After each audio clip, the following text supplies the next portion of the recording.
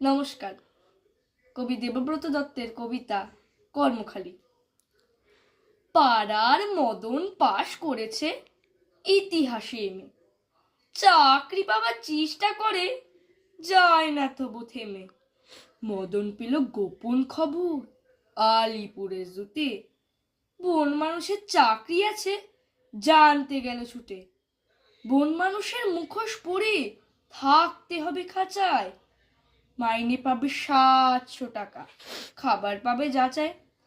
বেকার মদন অনিচ্ছাতেও চাকরিখানা নিল, দর্শকরা বেজায় খুশি, দারুণ মজা পেল।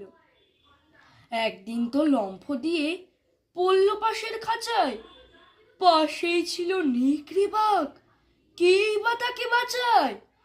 হালুম করে বাঘ বাবাজি যেই তুলেছে থাবা, বন মানুষ চেঁচায়